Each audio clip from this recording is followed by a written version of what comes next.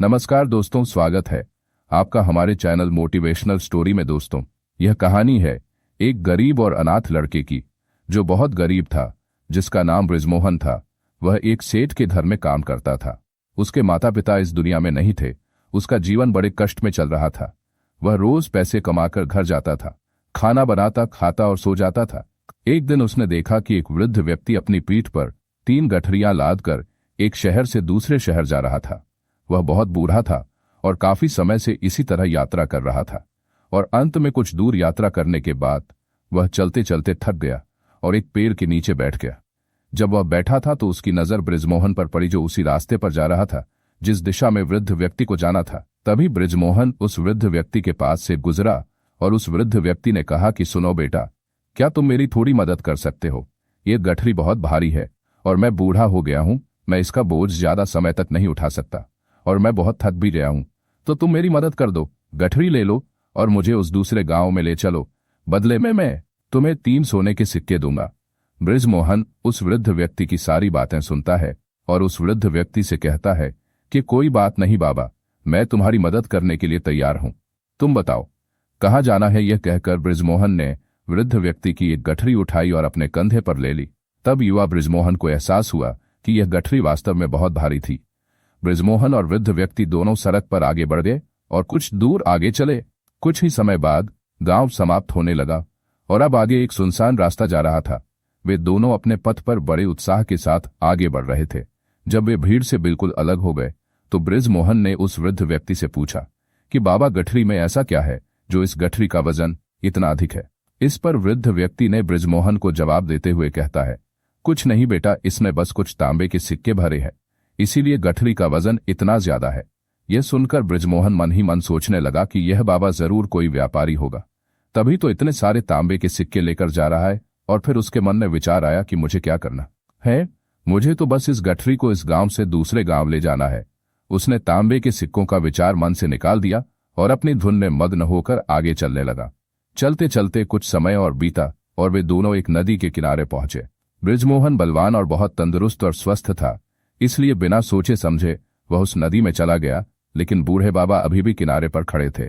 इस पर बृजमोहन ने उस बूढ़े बाबा से कहा, क्या हुआ बाबा, चलो हम इस नदी को पार करते हैं, तभी तो हम उस गांव तक पहुंच सकेंगे।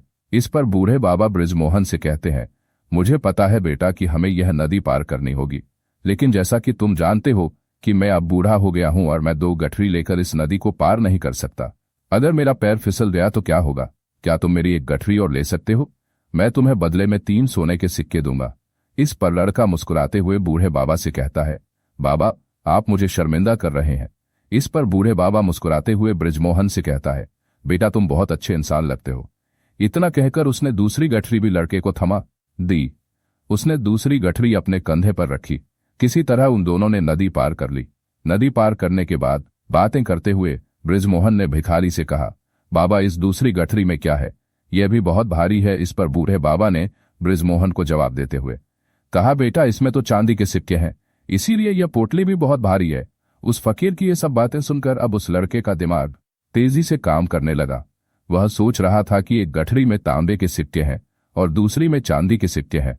ऐसा लग रहा था मानो यह बूढ़े बाबा कहीं दूर से आ रहा है और उसने अपनी सारी जमीन जायदाद बेच दी होगी। उसके बाद कुछ दूर आगे बढ़ने के बाद एक बार फिर सुनसान रास्ता आता है। उस सुनसान रास्ते को देखते ही बृजमोहन के मन में तरह तरह के विचार उठने लगे। वह सोचने लगा कि यह तो सुनसान जगह है, यहाँ कोई रास्ता होता तो अच्छा होता। मैं ये सिक्के लेकर यहाँ से भाग जाता, फिर इस बूढ़े व्यक्ति को मेरे पीछे आने में बहुत समय लगेगा। मुझे नहीं लगता कि मैं कभी पकड़ा जाऊंगा, और यहाँ ऐसा कोई नहीं है जो उनकी मदद कर सके। और वैसे भी ये बहुत सारे सिक्के हैं, मैं इनसे एक अच्छी दुकान खरीद सकता हूँ, अपना नया व्यवसाय शुरू कर सकता हूँ। और वैसे भी ये बूढ़ा अब इन पैसों का क्या करेगा? मैं इन्हें रख लूंगा। बृजमोहन यह सब सोच रहा था, फिर अचानक उसे खुद पर आश्चर्य हुआ। मैं क्या सोच रहा हूँ? ये बूढ़े बाबा पता नहीं कि वे कहाँ से आ रहे हैं और उन्होंने इतना पैसा कमाने के लिए क्या किया होगा। किसी को उनका फायदा नहीं उठाना चाहिए। नहीं नहीं, मुझे ऐसा नहीं करना चाहिए। कुछ समय तक उसने अपने विचारों पर नियंत्रण किया, लेकिन कुछ समय बाद उसके विचार उस पर हावी होने लगे। बृजमोहन 2 गठरियां लेकर बूढ़े बाबा के पास गया। वह पीछे चल रहा था और कुछ दूर चलने के बाद वह एक पहाड़ी पर आया। इस पर बूढ़े बाबा ने बृजमोहन से कहा, बेटा, मैं इस पहाड़ी पर नहीं चढ़ पाऊंगा। मैं बहुत बूढ़ा हो गया हूं और मेरे घुटनों में भी दर्द रहता है। अगर तुम मेरी मदद करो तो तीसरी गठरी भी ले लो, तो मैं तुम्हें 3 सोने के सिक्के और दूंगा। लेकिन याद रखना, इसे कहीं गिराना मत, वरना ये गठरी खुल सकती है। इस पर बृजमोहन ने उस बूढ़े बाबा से कहा, बाबा इसमें क्या है? इस पर बूढ़े बाबा बृजमोहन से कहते हैं, बेटा इसमें सोने के सिक्के हैं। ये सुनकर बृजमोहन मन ही मन बहुत खुश हुआ। उसने चुपचाप उस वृद्ध व्यक्ति से वो गठरी ले ली और कुछ ही देर में वो दोनों रास्ते पर आगे बढ़ने लगे। अब वो फकीर आसानी से बिना कोई वजन लिए पहाड़ पर चढ़ गया। हम एक पहाड़ी पर चढ़ रहे थे, लेकिन बृजमोहन उसके पीछे था। वो अपने वजन के कारण बहुत धीरे चल रहा था, लेकिन जब से उसने सोने का नाम सुना था उसका मन उछल रहा था। वो मन ही मन सोच रहा था कि अगर ये सारे पैसे मुझे मिल जाए तो मेरी पूरी जिंदगी आराम से कट जाएगी। वैसे भी ये बाबा बूढ़ा है, इसको इतने पैसों की क्या जरूरत है? इसकी जिंदगी तो वैसे भी खत्म हो चुकी है। मैं एक काम करता हूं, सारे पैसे लेकर यहां से बाहर जाता हूं। बृजमोहन के दिमाग में अनगिनत विचार उठ रहे थे। बृजमोहन का दिमाग अब उसकी बुद्धि पर पूरी तरह से हावी हो चुका था और बृजमोहन का दिमाग अपनी बात को सही साबित करने के लिए उससे कुछ भी कह रहा था। और तभी उसके दिमाग में एक और विचार उठा। इस बार बृजमोहन सोच रहा था कि लगता है कि ये बूढ़ा बाबा चोर है, वरना इसके पास इतने सोने के सिक्के कहां से आते? अगर ये व्यापारी होता तो इस तरह पैदल यात्रा नहीं करता, और अगर इसके पास इतने सोने के सिक्के होते, अगर पैसे होते, तो कोई ना कोई जरिया जरूर होता। लगता है ये चोर है, और चोर से चोरी करने में क्या बुराई है? ये सोचता हुआ बृजमोहन तेजी से बूढ़े बाबा के आगे बढ़ रहा था और कुछ ही देर में वो बूढ़े बाबा से आगे निकल गया था। और वो सोच रहा था कि जैसे ही इस पहाड़ की ढलान आएगी मैं तीनों गठरियों को लेकर भाग जाऊंगा। इससे ये सारा पैसा मेरा हो जाएगा और मेरी गरीबी भी हमेशा के लिए दूर हो जाएगी। मैं जो चाहूं कर सकूंगा, मेरे पास ढेर सारा पैसा होगा। कुछ ही देर में वो दोनों पहाड़ के निचले हिस्से में पहुंच गए और अब ढलान की तरफ रास्ता शुरू होने वाला था। तभी बृजमोहन ने बूढ़े बाबा की नजरों से बचकर तीनों गठरियों को उठाकर दौड़ता हुआ आगे बढ़ गया। अब उसे अपने शरीर में बहुत हल्कापन महसूस हो रहा था, मानो वो हवा की गठरियां उठाकर ले जा रहा हो। वह तीनों गठरियों के वजन का अंदाजा भी नहीं लगा पा रहा था। काफी दूर तक दौड़ते हुए किसी तरह वह खुद को बचाकर अपने घर पहुंचा। उसकी खुशी का ठिकाना नहीं था। उसने सोचा, क्यों ना मैं जल्दी से इन गठरियों को बाहर निकालूं। सारे पैसे निकालने की सोचकर जब उसने गट्ठर खोला तो पहली गट्ठर में उसे जंग लगे लोहे के सिक्के मिले। ये देखकर उसे यकीन नहीं हुआ, लेकिन उसने जल्दी से दूसरी गट्ठर खोली तो उसमें भी उसे जंग लगे लोहे के सिक्के ही मिले। बृजमोहन यह देखकर बड़ा हैरान हुआ कि यह क्या हो रहा है। उस बुढ़े ने मुझे कुछ और ही बताया था। अब उसने सोने की गट्ठर खोली तो उसमें भी जंग लगे लोहे के सिक्के ही निकले। यह देखकर बृजमोहन बड़ा हैरान हुआ। वह क्रोधित हुआ और सोचने लगा कि उस बुढ़े ने मुझसे झूठ क्यों बोला। उसने मुझे यह क्यों बताया कि एक थैली में तांबे के सिक्के, एक में चांदी के सिक्के और तीसरी में सोने के सिक्के हैं। अंत में उसे एक पत्र मिला। उसने पत्र उठाया और उस पत्र में लिखा था कि यह सारा नाटक एक ईमानदार व्यक्ति की तलाश के लिए रचा गया है और मैं इस राज्य का राजा हूं। मेरी कोई संतान नहीं है और इसीलिए मैंने यह षड्यंत्र रचा है ताकि मैं अपने राज्य में किसी को पहचान सकूं, इतना ईमानदार कि मैं एक ऐसे व्यक्ति की तलाश कर सकूं जो मेरे बाद इस राज्य का राजा बन सके और इस राज्य का भार वही संभाल सके, और जो पूर्णतया ईमानदार हो और जिसके मन में किसी प्रकार का कोई लालच न हो, वही इस राज्य का भार संभाल सकता है। बृजमोहन जोर जोर से चिल्लाने लगा। वह अपना सिर पकड़कर बैठ गया। वह जानता था कि यदि वह अपने विचारों पर नियंत्रण कर ले तो उसका जीवन बेहतर हो सकता है, लेकिन वह अपने विचारों पर नियंत्रण नहीं कर सकता था। दोस्तों, इसलिए कहा गया है कि मन ही वह सब कुछ है जो आप सोचते हैं। इसलिए आपका बड़े से बड़ा दुश्मन भी आपको उतना नुकसान नहीं पहुंचा सकता जितना आपके मन के ये अनियंत्रित विचार पहुंचा सकते हैं। अपने भीतर ध्यान से देखें, जो विचार हमारे भीतर चल रहे हैं वही विचार शब्द बन जाते हैं और शब्द कर्म बन जाते हैं। बार बार दोहराए जाने पर कर्म व्यवहार में बदल जाता है और धीरे धीरे समय के साथ व्यवहार चरित्र में बदल जाता है और यही चरित्र हमारे भाग्य का निर्माण भी करता है।